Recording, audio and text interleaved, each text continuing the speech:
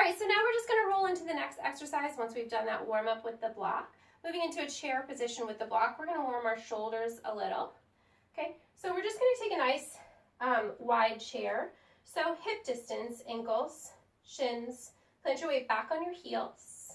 Okay, and just start to sink back gently. Once you get there, you should still be able to see your big toes. We really don't want to dive deeper just for this position. Pull the tailbone down, belly in.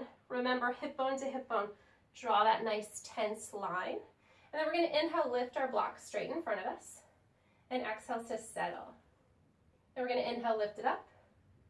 Exhale, sink. Inhale, up in the shoulders. Exhale, down. Keep the belly in. One more time. Inhale, up.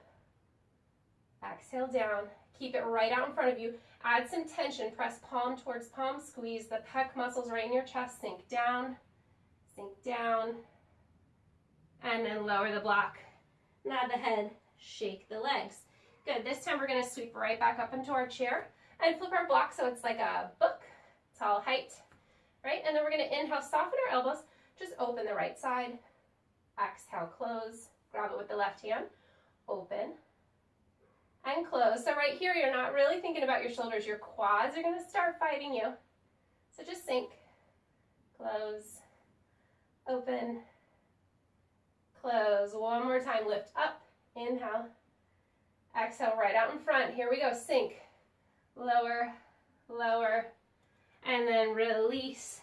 Shake the quad, shake the head, and then just begin to slowly roll up with your block. So from here, you can use 2 blocks or 1 block.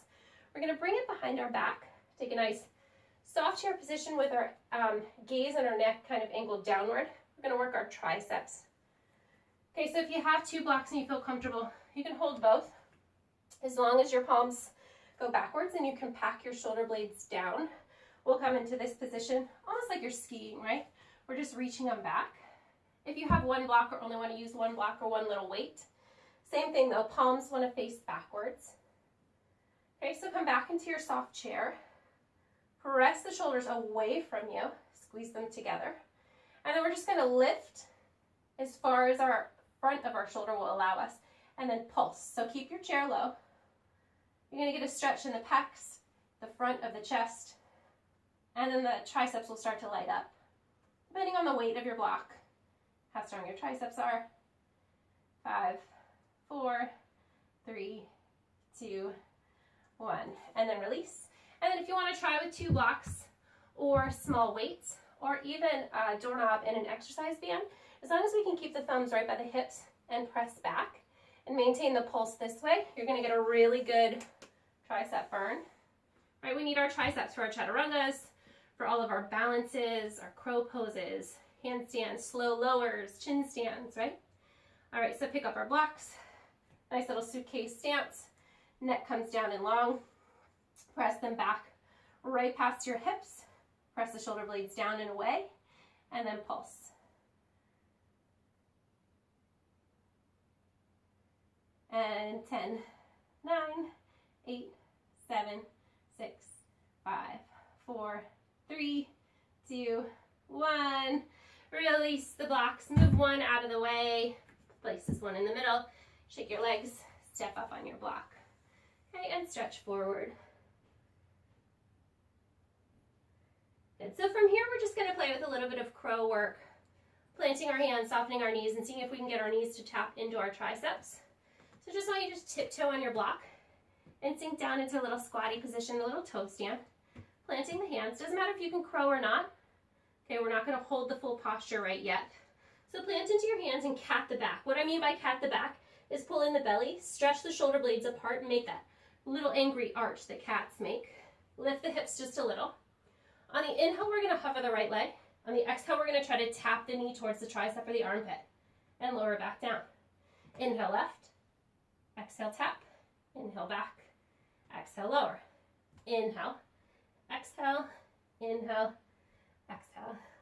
Left side, tap, back, lower, right, tap, back, lower. One more time on the left, lift it up, glue it, bring it back, let it go.